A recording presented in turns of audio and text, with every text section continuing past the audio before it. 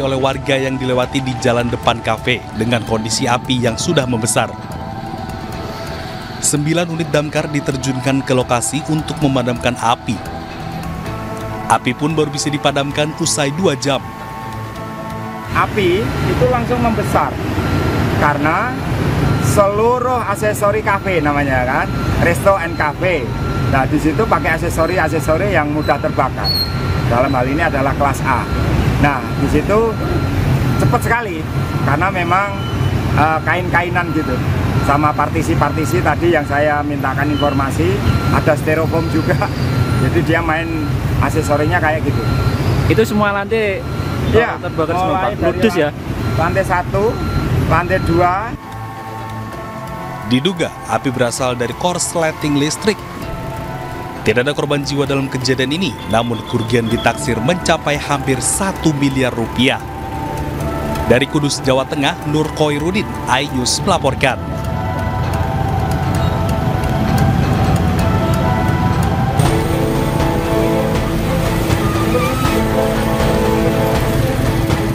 Sebuah pabrik biji plastik di Desa Buran, Kecamatan Tasikmadu, Karanganyar, Jawa Tengah, terbakar pada Kamis pagi.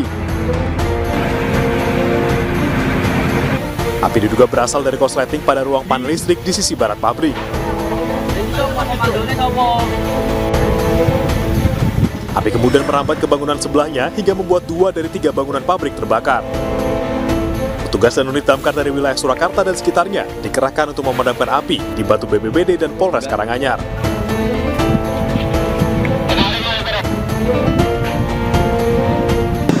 Tadi waktu kejadian kan 5:30 korsleting listrik. Nah, kan timbul percikan api. Sudah disemprot pakai tabung itu, api nggak bisa dikendalikan. Sebenarnya ini 3 pabrik Mas, 3 gedung. Nah yang terbakar itu sudah 2, yang 1 bisa kita selamatkan. Jadi yang terbakar itu 2 gedung, 1 bisa kita selamatkan. Kemungkinan tadi menurut saksi mata itu juga karena panel listrik. Panel listrik pada panel listrik. Tidak ada korban jiwa dalam peristiwa ini. Pihak pabrik masih menghitung total kerugian akibat kebakaran. Dari Karanganyar, Jawa Tengah, Zanuar Setiaji, iNews melaporkan.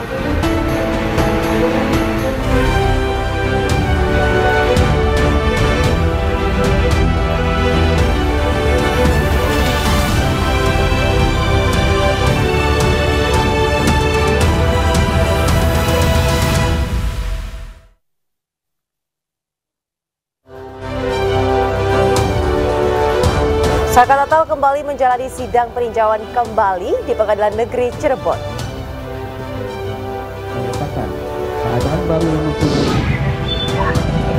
Aksi seorang petugas Babin Katipmas yang terlibat gulat dengan pelajar pelaku tawuran viral di media sosial.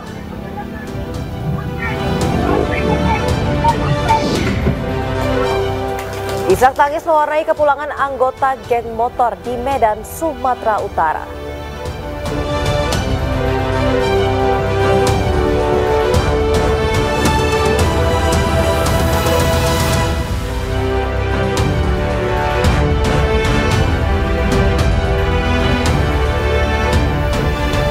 Halo selamat siang pemirsa, apa kabar Anda hari ini? Senang sekali saya Aulia Wardani kembali hadir menemani Anda dalam iNews Siang.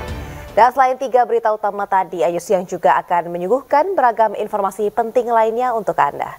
Dan kita awali iNews Siang hari ini dari Cirebon, Jawa Barat. Pemirsa, sidang lanjutan peninjauan kembali Saka Tatal kembali digelar di Pengadilan Negeri Cirebon. Sidang lanjutan peninjauan kembali hari ini dengan agenda pembacaan jawaban termohon, yaitu jaksa penuntut umum. Dalam sidang hari ini, termohon menyebut motif yang dipermasalahkan pemohon tidak relevan karena bukan termasuk unsur delik pasal 340 KUHP. Dan dalam kesimpulannya, JPU juga menyebut permohonan peninjauan kembali Saka Tatal tidak konsisten karena pemohon menyebut penyebab kematian Vina dan Eki adalah kecelakaan. Namun pemohon mengakui kalau Saka Tatal memukul Rizky Rudiana alias Eki. JPU juga menyebut bahwa materi yang diajukan bukan merupakan materi peninjauan kembali, melainkan materi pra-peradilan atau pledoi. JPU menyebut bahwa materi dalam PK yang diajukan hanya asumsi yang didapat dari pemberitaan media dan bukan merupakan novum. Dalam sidang ini, JPU meminta Mahkamah Agung melalui majelis hakim yang memeriksa menolak seluruhnya materi peninjauan kembali. Sebaiknya menyarankan pihak kejaksaan menggunakan pakaian seragam atau pakaian toga. Kita mulai sidangnya. Bismillahirrahmanirrahim. Dibacakan oleh pihak pemohon. Dan pemirsa, untuk informasi lebih lengkap, kita telah bergabung dengan rekan Faisal Rinaldi yang berada di Pengadilan Negeri Cirebon. Ya, selamat siang Faisal. Apa tanggapan kuasa hukum Saka Tatal terkait jawaban JPU dalam sidang hari ini? Ya, selamat siang Aulia dan juga pemirsa. Memang tadi kuasa hukum dari Saka Tatal menanggapi terkait jawaban yang dibacakan oleh jaksa terkait memori PK yang diajukan oleh Saka Tatal. Di mana tadi Farhad Abbas selaku kuasa hukum dari Saka Tatal memang mempertanyakan kenapa jaksa menolak memori atau novum atau bukti baru yang diajukan oleh Saka Tatal. Di mana jika bisa kami ulas sedikit Aulia, memang tadi jaksa dalam jawabannya menolak seluruh memori peninjauan kembali atau novum bahkan bukti baru yang diajukan oleh Saka Tatal selaku pemohon. Di mana dalam jawabannya memang dikatakan oleh jaksa bahwa sejumlah memori PK kemudian novum baru itu bukanlah bukti baru dan sudah pernah dihadirkan dalam persidangan. Sementara itu tadi jaksa juga mengatakan bahwa di dalam memori PK-nya pihak pemohon ini hanya mengambil dari pemberitaan media saja atau dari sosial media. Kemudian tadi Farhad Abbas selaku kuasa hukum dari Saka Tatal usai persidangan memang menanggapi jawaban jaksa itu dan mengatakan bahwa tidak setuju dengan jawaban dari jaksa dan juga mengatakan bahwa novum atau bukti baru ini sama sekali belum pernah dihadirkan dalam persidangan dan ini yang menjadi argumen kuat dari pihak pemohon atau dari kuasa hukum Saka Tatal. Dan tadi juga sempat ditampilkan juga Aulia dan juga pemirsa kakak dari Saka Tatal yakni Selis sempat disumpah juga oleh hakim ketua sambil menunjukkan novum tersebut atau bukti baru, di mana diantaranya tadi ada foto dari almarhumah Vina dan juga foto dari almarhum Eki, bahkan foto sepeda motor milik Eki yang tampak rusak akibat peristiwa yang terjadi pada 2016 lalu. Nah, sejumlah bukti tersebut memang yang dikatakan oleh pihak pemohon ini adalah bukti baru yang dijadikan novum dan belum pernah sama sekali dihadirkan di dalam persidangan. Sementara itu, Aulia dan juga pemirsa, untuk agenda sidang selanjutnya akan digelar pada Selasa depan yakni pada pukul 10 pagi, di mana untuk agendanya adalah agenda pembuktian, di mana pihak pemohon atau pihak Saka Tatal nantinya akan menghadirkan 5 orang saksi yang merupakan saksi fakta. Namun siapa-siapa saja tadi kami sempat menanyakan saat doorstop di sini usai persidangan, memang pihak dari Saka Tatal selaku pemohon ini belum mau membeberkan secara langsung siapa-siapa saja saksi fakta atau kelima saksi fakta yang akan dihadirkan di dalam persidangan pada Selasa nanti. Nah, selain itu, Aulia dan juga pemirsa, memang selain fakta rencananya juga akan dihadirkan ahli, namun untuk agendanya nampaknya akan dihadirkan ahli tersebut setelah kelima saksi fakta ini memberikan keterangan pada Selasa nanti. Kita nantikan Aulia agenda selanjutnya yang akan digelar pada Selasa pukul 10 pagi. Demikian Aulia. Baik, terima kasih rekan Faisal Rinaldi melaporkan langsung dari Pengadilan di Cirebon, Jawa Barat. Selamat bertugas kembali. Selanjutnya pemirsa, dalam sidang peninjauan kembali yang digelar kemarin, Saka Tatal mengajukan 10 bukti pamungkas. Dan bukti pamungkas ini diharapkan bisa memulihkan nama baik Saka Tatal dan juga memperkuat fakta bahwa Saka Tatal tidak terlibat sedikit pun dalam pembunuhan Vina dan juga Eki.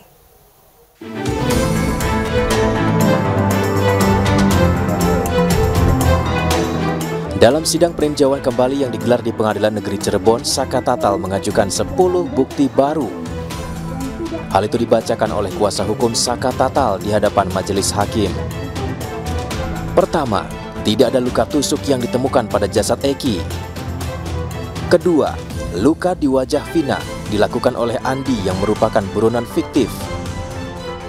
Bukti ketiga, hasil visum Vina menunjukkan adanya pendarahan di hidung yang diduga akibat kecelakaan. Keempat, ditemukan serpihan daging di baut tiang penopang lampu jalan di TKP. Kelima, terdapat goresan di motor milik Eki pada bagian kanan yang sesuai dengan luka Vina dan Eki di bagian kanan. Keenam, kesaksian Liga Akbar yang mengakui kebohongannya di program Rakyat Bersuara iNews TV. Ketujuh, keterangan Kapolri mengatakan penyidikan kasus Vina tidak berdasarkan scientific crime investigation. Bukti ke-8, adanya keterangan dari Dedi Mulyadi bahwa adanya saksi yang tidak diperiksa oleh polisi, yaitu anak dari RT Abdul Pasren. Bukti ke-9, keterangan yang diberikan Saka Tatal dalam kondisi di bawah tekanan dan penyiksaan. Hakim diminta tolak keterangan Saka Tatal karena Saka adalah korban penyiksaan.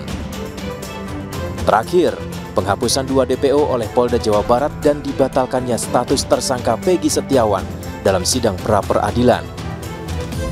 10 bukti pamungkas yang diajukan Saka Tatal diharapkan bisa memuluskan langkah Saka Tatal memulihkan nama baiknya. Pihak kuasa hukum juga meyakini Mahkamah Agung akan mengabulkan permohonan peninjauan kembali yang diajukan oleh Saka Tatal sekaligus memperkuat bukti bahwa Saka Tatal tidak terlibat dalam kasus pembunuhan Vina dan Eki.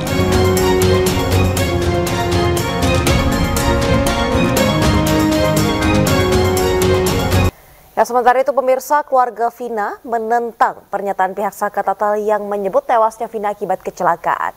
Pihak keluarga meyakini peristiwa yang menimpa korban merupakan kasus pembunuhan.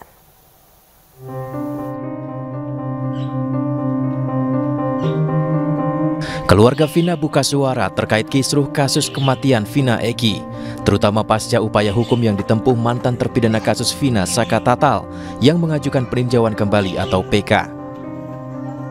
Menurut Marliana, kakak Vina, pihak keluarga menghormati proses hukum yang berlangsung. Namun pihak keluarga tetap meyakini bahwa Vina dan Eki tewas akibat pembunuhan, bukan kecelakaan. Pihaknya meyakini Vina dibunuh karena korban meninggal dunia dengan sejumlah luka tak wajar yang merujuk pada peristiwa pembunuhan dan pemerkosaan. Semuanya menduga ini kecelakaan. Kalau dari keluarga sendiri meyakini ya tetap ini pembunuhan gitu. Kalau bukti sih saya nggak ada ya, cuman dari luka-luka yang adik saya alami itu ya menurut saya jauh dari kata kecelakaan. Keluarga berharap kasus pembunuhan Vina dapat segera terungkap dan jika para terpidana saat ini terbukti tidak bersalah agar dapat dibebaskan. Dari Cirebon, Jawa Barat, Miftahudin, iNews melaporkan. Ya pemirsa, akhirnya secara eksklusif ayah almarhum Eki, Ibtu Rudiana, bercerita kepada Abraham Silaban terkait kasus kematian Vina dan Eki. Saya Abraham Silaban. Upaya kami untuk berkomunikasi, mencari, dan bertemu dengan Ibtu Rudiana berbuah positif, gayung bersambut. Saya berdiri bersama dengan Ibtu Rudiana, Kapolsek Kapetakan, yang merupakan ayah korban Muhammad Rizky Rudiana. Siap. Dan juga penasihat hukumnya ada Bung Pitra Romadhon. Terima kasih ya Pak Rudiana, terima kasih Bung Pitra sudah pada akhirnya membuka komunikasi dengan kami dan pada akhirnya bersama-sama dengan saya Abraham Silaban untuk berbicara di momen ini begitu.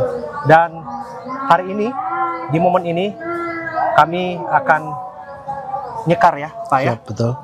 Kita akan nyekar ke makam Muhammad Rizky Rudiana, almarhum Eki. Pak Rudiana, kita boleh lihat ya langsung ya makamnya ya.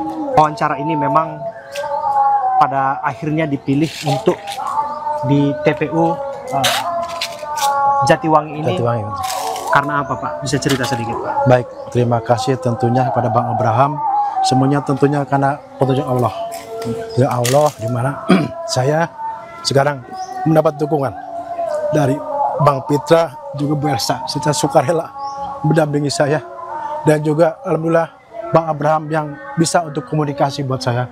Tentunya saya menyampaikan sekelumit atau mungkin yang selama ini menjadi pemberitaan-pemberitaan.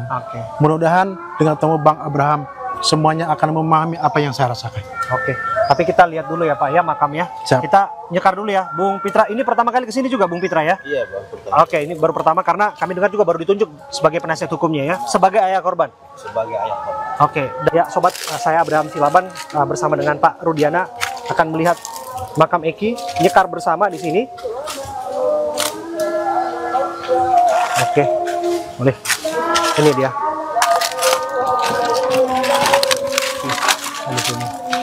Ini makamnya ya Pak ya. Muhammad Rizky bin Rudiana. Lahir di Bandung. 11 Juli 2000 ya.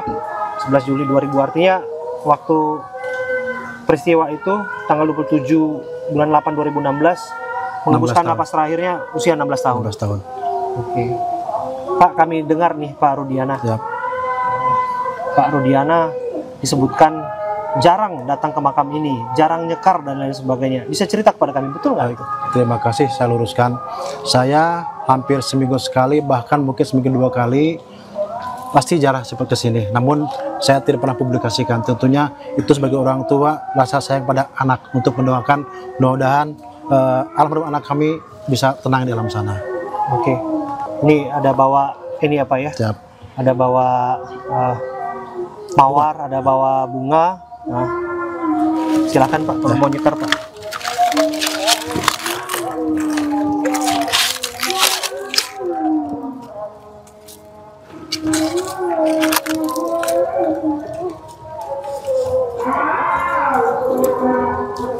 Ya.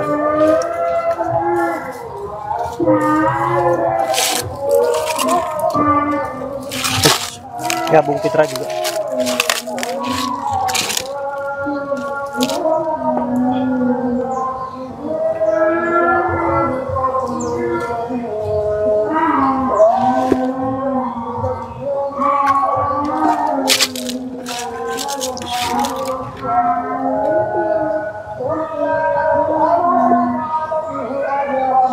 Adikku Muhammad Rizky Rudiana, tenanglah kau di sisi Yang Maha Kuasa.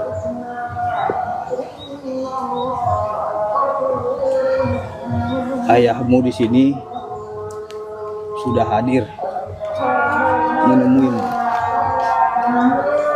dan saya penasehat yang menjadi pembela keadilan bagimu akan berjuang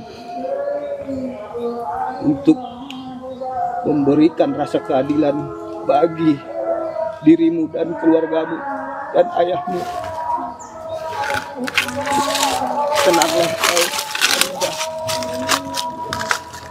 Ayahmu tahu betapa sakitnya yang kau alami selama hidup.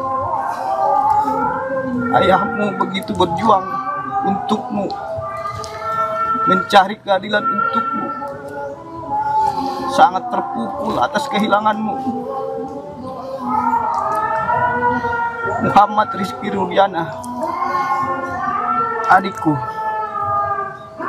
tenanglah kau, ikhlaskanlah atas kepergian ini,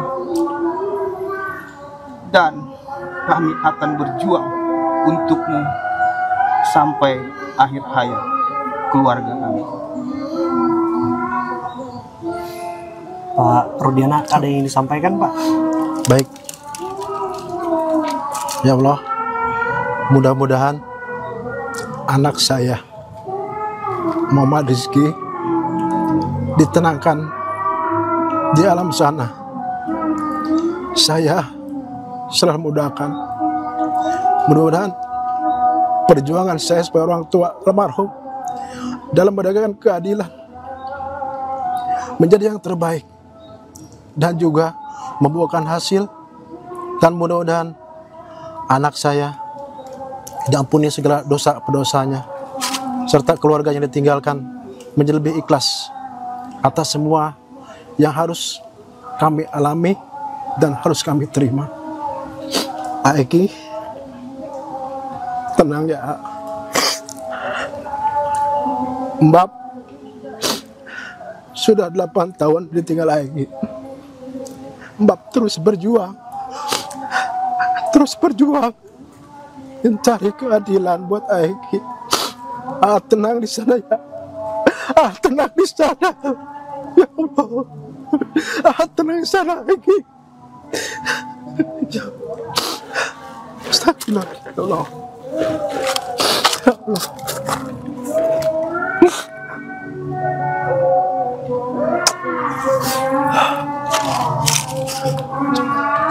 Ya Allah, ampuni anak hamba ya Allah. Tenangkanlah di alam sana ya Allah. Ya Allah, ampuni dosa-dosa ya Allah. Ya Allah. Anda kembali di Anyus Siang, pemirsa. Viral di media sosial pengendara motor gede menabrak Kasat Lantas Polres Berau saat berusaha kabur dari operasi patuh Mahakam di Berau, Kalimantan Timur. Sementara di Jombang, Jawa Timur, 2 bocah menangis saat terjaring operasi patuh lantaran mengendarai sepeda motor tidak menggunakan helm.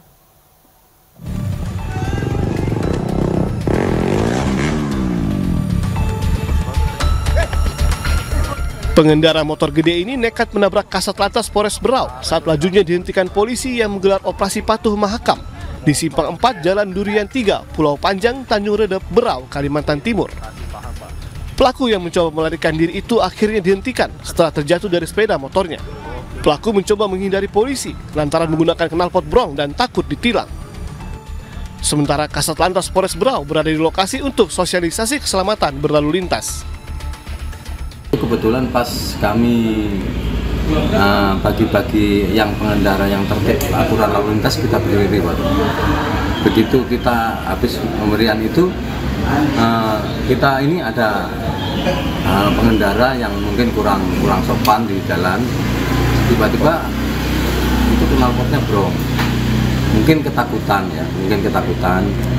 Dia itu tambah melaju kendaraannya, pas kita meleng begini saya ditabrak sampai terpental.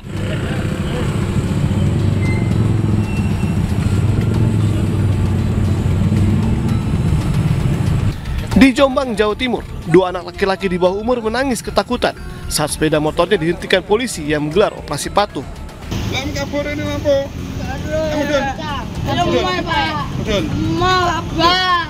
Mudun.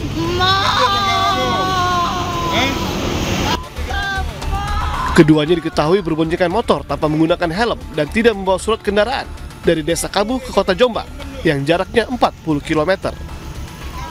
Meski terus memohon, polisi tetap menahan motor dan kedua bocah ini agar tidak membahayakan jika dibiarkan kembali ke Desa Kabuh dengan mengendarai motor. Sasaran kami adalah pengendara di bawah umur. Nah, kebetulan ada seorang anak mengendarai kendaraan tanpa menggunakan helm. Kemudian anak tersebut juga di bawah umur, dan untuk kendaraannya juga waktunya ganti pajak, STNK-nya diganti. Akhirnya kita persuasif, kendaraannya kita amankan demi keselamatan anak tersebut. Polisi kemudian mendatangkan perangkat Desa Kabuh untuk menjemput kedua bocah ini. Polisi juga mengundang orang tua keduanya untuk diberikan pengarahan.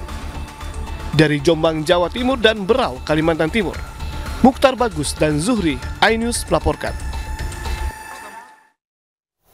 Ya, pemirsa, aksi seorang petugas Babinka Tipmas Kelurahan Harapan Mulia, Medan Satria, Kota Bekasi yang terlibat gulat dengan pelajar pelaku tawuran di Jalan Sultan Agung terekam kamera warga dan viral usai diunggah di media sosial.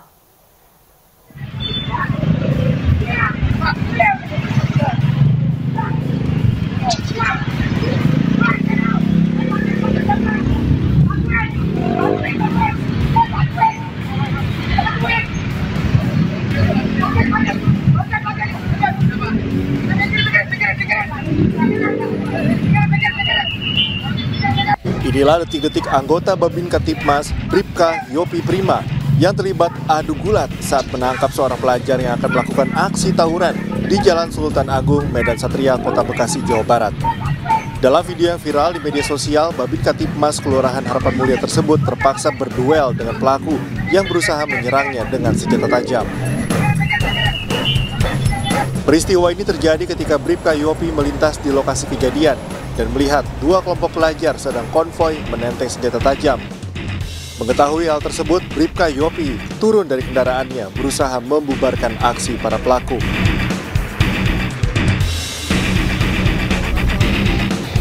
Berpapasan, kemudian Pak Yopi ini kebetulan sedang patroli melintas, melihat pada bawah sajam.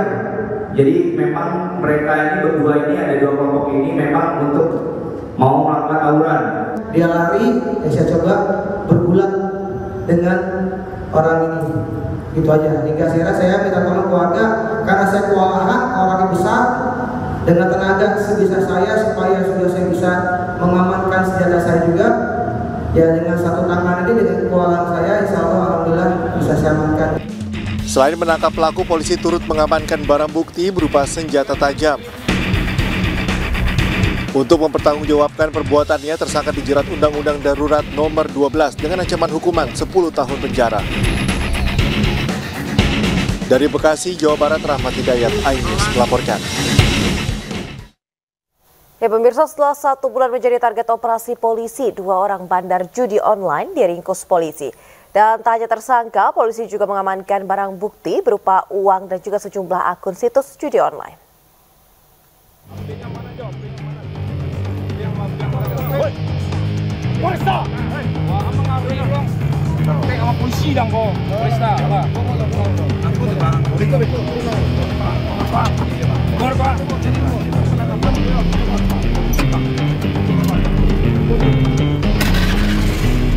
Tim Klewang Satreskrim Polresta Padang menangkap 2 bandar judi online di 2 lokasi yang berbeda. Penangkapan tersangka pertama di salah satu jalan di kawasan Patimura, Kecamatan Padang Barat. Polisi mengadang tersangka yang merupakan sopir angkot dan langsung menginterogasinya.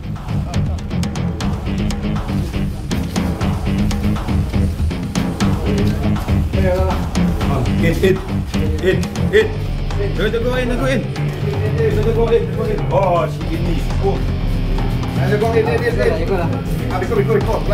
Setelah pengembangan, petugas kembali menangkap salah satu bandar judi online lainnya yang tengah tertidur di daerah Ampang, Kecamatan Kuranji, Kota Padang.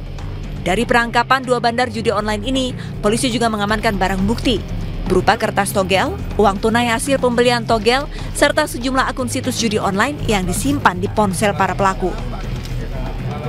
Sudah berhasil kita amankan 2 orang. Yang pertama tadi kita amankan dan kita interogasi. Setelah kita amankan tadi, mengirim ke atasnya, yaitu atas nama I. Jadi si I yang kita kejar, dan alhamdulillah tadi si I bisa kita amankan saat itu tiduran di rumahnya. Dan begitu kita amankan handphonenya dan kita sinkronkan dengan pelaku pertama yang mengirim, dan si pelaku kedua juga ada menerima. Jadi 2 handphone sinkron. Dan dari pelaku yang kedua itu langsung kita interogasi, dia langsung mengirim via online. Kedua tersangka dan barang bukti dibawa ke Mapolresta Padang guna menjalani proses hukum lebih lanjut. Saat pemeriksaan, tersangka mengaku bisa meraup omset hingga puluhan juta rupiah dalam 1 minggu. Atas perbuatannya, tersangka dijerat pasal 303 KUHP tentang perjudian dengan ancaman hukuman maksimal 7 tahun penjara. Dari Padang, Sumatera Barat, Budi Sunandar, iNews melaporkan. Ya, terima kasih Anda masih di iNews Siang pemirsa. Peras pejabat di lingkungan pemerintahan Kabupaten Bogor, Jawa Barat, pegawai Komisi Pemberantasan Korupsi Gadungan berhasil ditangkap. KPK menangkap seorang pria di Kabupaten Bogor, Jawa Barat yang mengaku sebagai pegawai KPK.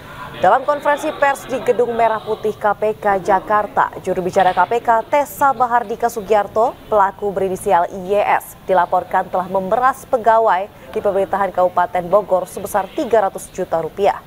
Selain IYS, turut diamankan 5 orang lainnya dan sejumlah barang bukti seperti telepon genggam dan juga mobil Porsche.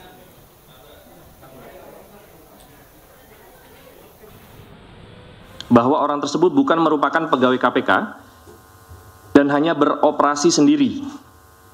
Dari kegiatan dimaksud diamankan uang sejumlah 300 juta rupiah, 1 unit smartphone merek iPhone, dan 1 unit kendaraan merek Porsche warna putih dengan nopol B1556XD.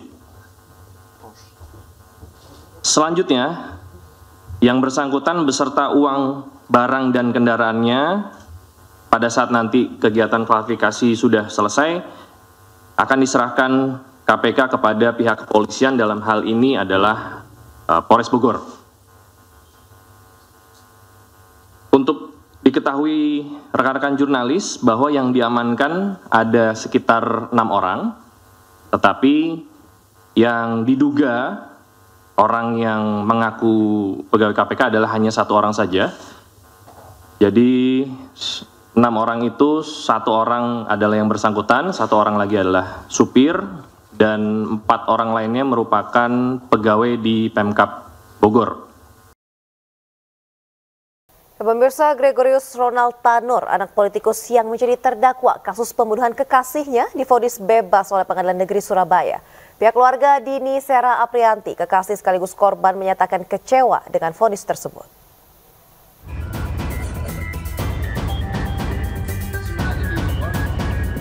Pihak keluarga korban Dini Sera Aprianti di Kampung Gunung Guru Girang, Desa Babakan, Cisaat, Kabupaten Sukabumi, Jawa Barat, mengaku sedih dan kecewa terhadap vonis hakim yang membebaskan Gregorius Ronald Tanur yang telah melakukan penganiayaan hingga tewas kepada salah satu anggota keluarganya.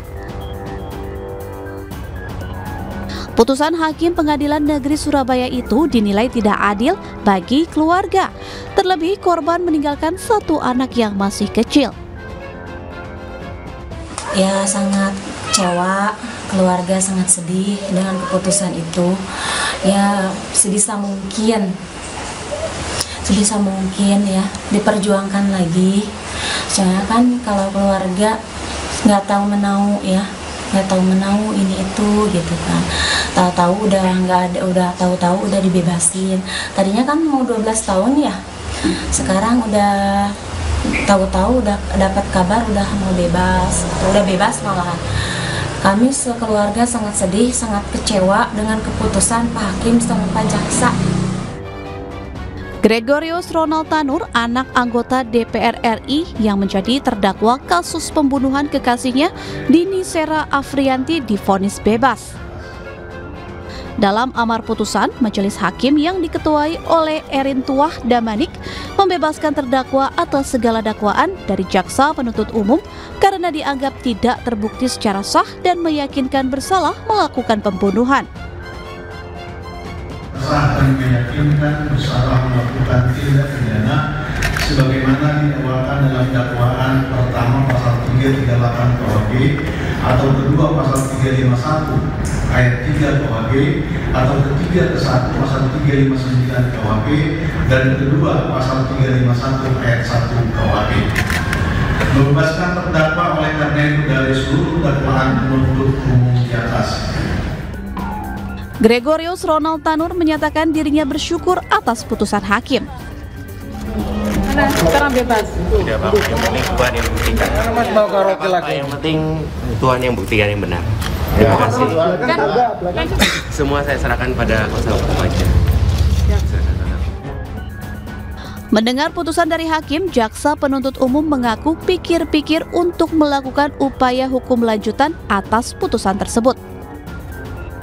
Sebelumnya, Dini Sera Aprianti, 28 tahun, meregang nyawa di tangan kekasihnya Gregorius Ronald Tanur saat berkaraoke di salah satu tempat hiburan di Surabaya, Jawa Timur. Korban yang sudah tidak sadarkan diri awalnya tergeletak di basement. Ironisnya, pelaku tidak menolong dan justru memvideokan dan menertawakan korban. Tim Liputan iNews melaporkan. Sementara itu, pemirsa, Kejaksaan Negeri Surabaya berencana mengajukan kasasi pasca vonis bebas terhadap Gregorius Ronald Tanur. Rencananya pengajuan kasasi tersebut akan dilakukan pada pekan depan. Terkait dengan putusan dari majelis hakim tersebut, kami nyatakan pada saat ini kami menyatakan akan melakukan langkah upaya hukum, yaitu berupa kasasi. Tentunya nanti akan kami lakukan langkah ini mengingat jangka waktunya itu adalah kurang lebih 14 hari ya. Tapi kami langsung menyatakan pada hari ini akan melakukan kasasi, melakukan langkah-langkah tersebut. Tentunya nanti tim jaksa penuntut umum yang akan melakukan proses administrasi untuk mendaftarkan kasasi kami, sambil nanti 14 hari ke depan kami akan memberikan memori. Vonis bebas terhadap Gregorius Ronald Tanur yang dijatuhkan PN Surabaya menimbulkan tanda tanya dan juga kontroversi di tengah masyarakat. Terkait kasus yang melibatkan anak mantan anggota DPR tersebut, Komisi Yudisial akan memeriksa para hakim apakah ada dugaan pelanggaran kode etik. PN Surabaya yang kemudian menimbulkan keresahan dan tanda tanya serta kontroversi di tengah masyarakat. Padahal sebelumnya jaksa telah menuntut hukuman 12 tahun pidana penjara. Komisi Yudisial sangat memahami apabila akhirnya timbul gejolak karena dinilai putusan tersebut mencederai rasa keadilan.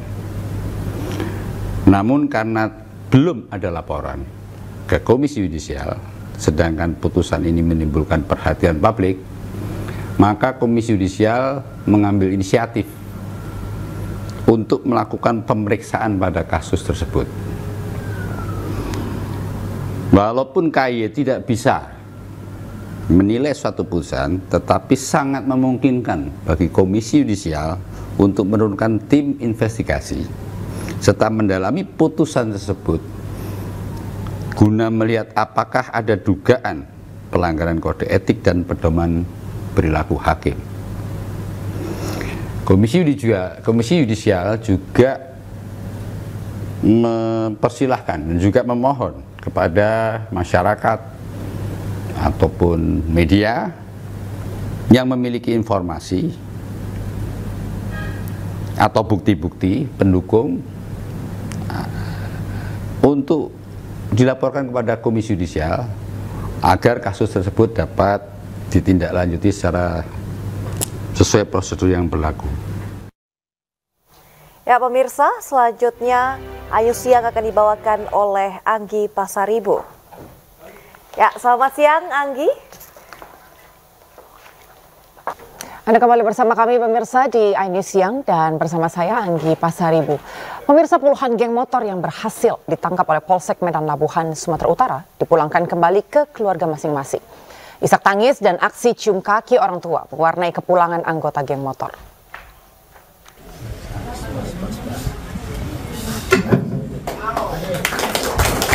Setelah mendapat arahan dari petugas kepolisian serta mengikuti pendisiplinan selama 2 hari di Mapolsek Medan Labuhan, puluhan remaja anggota geng motor ini diserahkan kembali ke orang tua masing-masing. Isak tangis dan aksi mencium kaki orang tua dilakukan para remaja geng motor sebagai bentuk penyesalan. Dari 45 remaja yang ditangkap, 4 orang diantaranya ditahan karena terbukti atas kepemilikan senjata tajam. Setelah kita saring, kita dididik, 4 yang bisa kita dudukkan menjadi pelaku kepemilikan senjata tajam. Ya, kita kenakan ke Undang-Undang Darurat nomor 12 tahun 51. Sehingga yang 41 ini, yang ikut-ikutan ini, inilah kita arahkanlah di sini. Selama 2 hari kita mengarahkan mereka agar bisa mengetahui bahwasanya dia itu perbuatan yang kemarin itu salah. Kita berikan dia pekerjaan gotong royong, kita suruh dia olahraga dipimpin oleh personil kita, dan bahkan kita arahkan dia juga untuk sholat. Para remaja anggota geng motor beserta orang tua diminta menandatangani surat perjanjian untuk tidak melakukan hal serupa. Dari Medan, Sumatera Utara, Yuda Bahar, iNews melaporkan.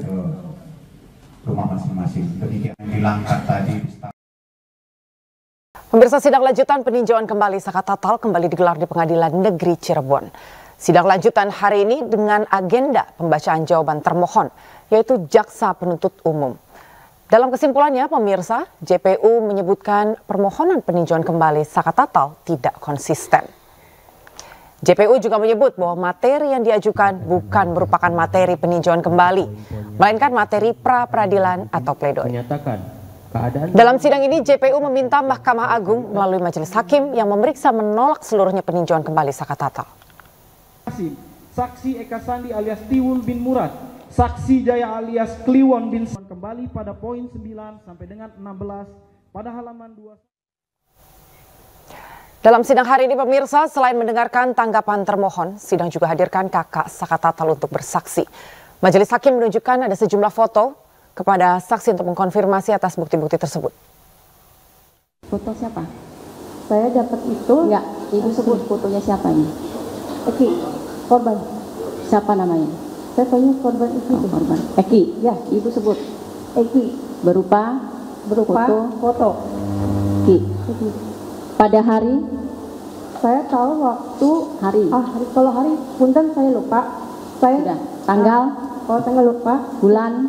Bulannya saya dapat info itu di bulan Mei. Mei tahun 2024. Di mana? Saya dikasih di rumah. Rumahnya ibu di mana? Saladara RT 4. Alamat lengkap? Nomor 43 Karya Bakti, Kelurahan Kecamatan Kesambi, Cirebon.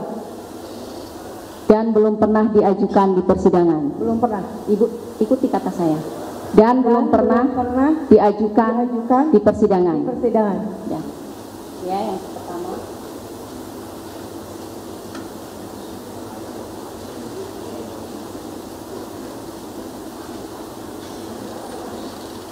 Ya, nanti ibu sebut misalnya seperti tadi surat bukti berupa, langsung ibu sebut ini apa, foto misalnya foto siapa, ya namanya siapa yang disebut. Tapi boleh lebih dekat nggak kan? Saya makanya minyak terlalu, saya nggak bawa.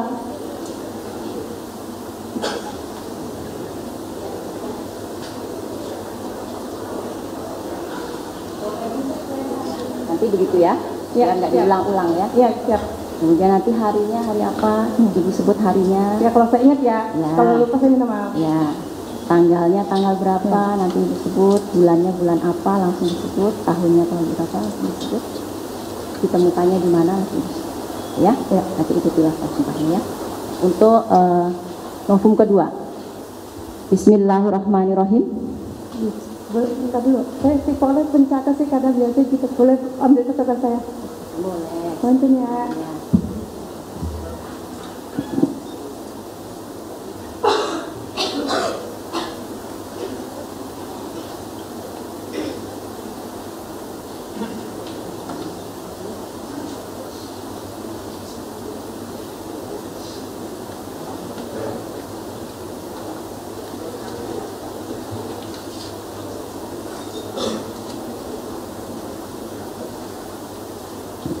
Tanda nanti biar tak terbalik. Novum kedua jadi ketiga, jadi keempat. Jadi kasih tanda belum? Kalau udah kasih tanda, kalau belum kita kasih tanda.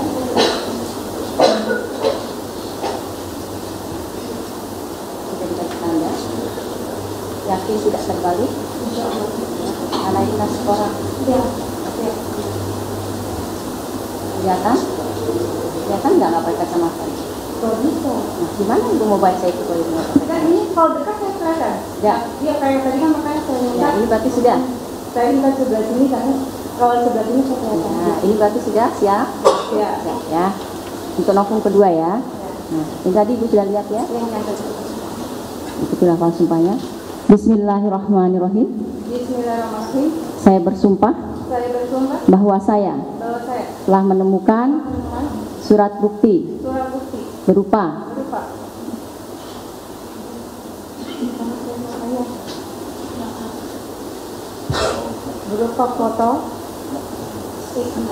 foto siapa? Kalau ini saya Vina. Pada hari saya lupa bulannya aja. tanggal lupa bulan tahun 2024 di alamatnya. Rumah saya di Saladara RT 4 RW 10 nomor 43 Kelurahan Kesambi Kelurahan Karyamulan Kesambi.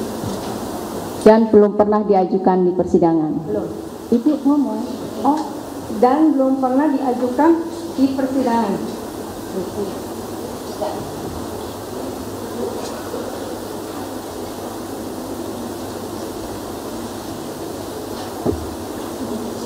Ya.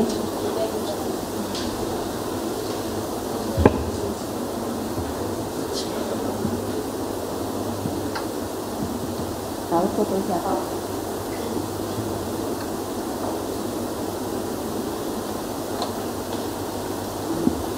Ikuti lafalnya ya. Bismillahirrahmanirrahim.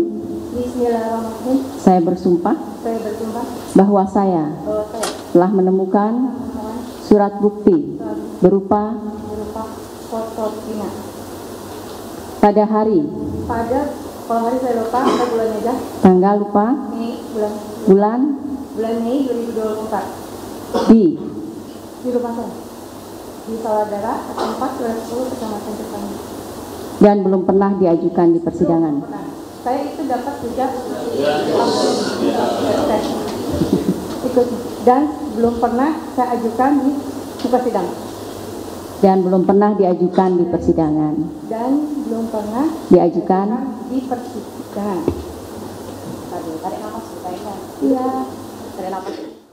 Pemirsa, ratusan kuliner lokal dan kekinian dari pelaku UMKM di Makassar ikut memeriahkan perhelatan event tahunan F8. Puluhan ribu pengunjung yang datang di sepanjang anjungan Pantai Losari pun puas berwisata kuliner sambil menikmati festival tahunan.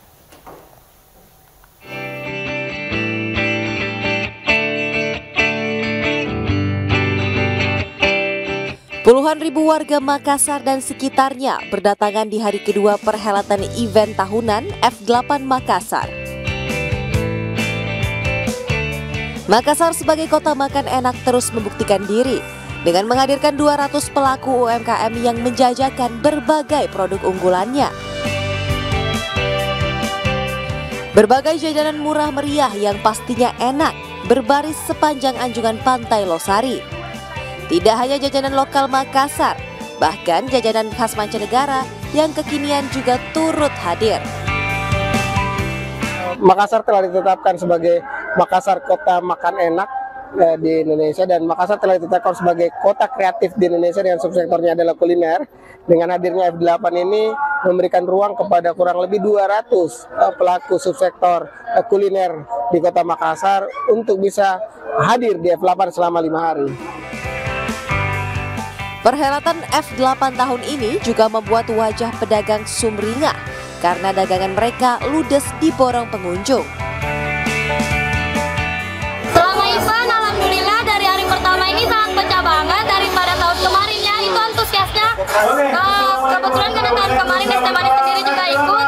Kira-kira kenaikannya sekitar 150% dari tahun kemarin kan. Iya, keren banget F8 tahun ini.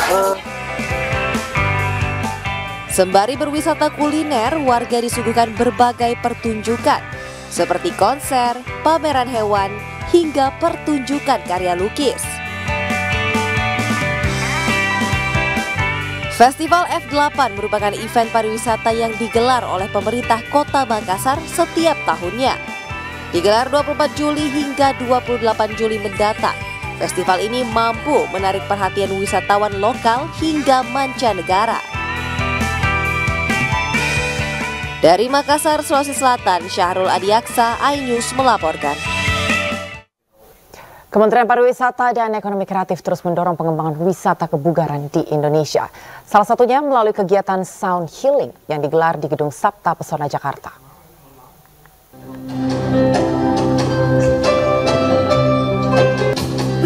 Lantunan merdu musik harpa yang dimainkan Maya Hasan membius seisi ruangan di Balairung, Gedung Sabta Pesona Kemenparekraf, Jakarta Pusat. Suara yang dihasilkan dari petikan senar harpa memberikan ketenangan bagi yang mendengarkan. Musik harpa menjadi salah satu sound healing untuk membantu seseorang yang mengalami gangguan kecemasan atau depresi. Jadi buat saya ini nambah produk wisata dan juga bagian daripada kita memberikan layanan pariwisata kepada market yang semakin beragam. Dan Gen Z ini sangat nangkep isu mengenai lingkungan, isu mengenai mental health dan music itu sebagai bagian daripada ekosistem secara keseluruhan. Sound Healing menjadi salah satu prospek wisata kebugaran yang tengah digenjot oleh Kemenparekraf sebagai destinasi wellness tourism yang berdaya saing global. Dari Jakarta, Fakih Satrio, iNews melaporkan.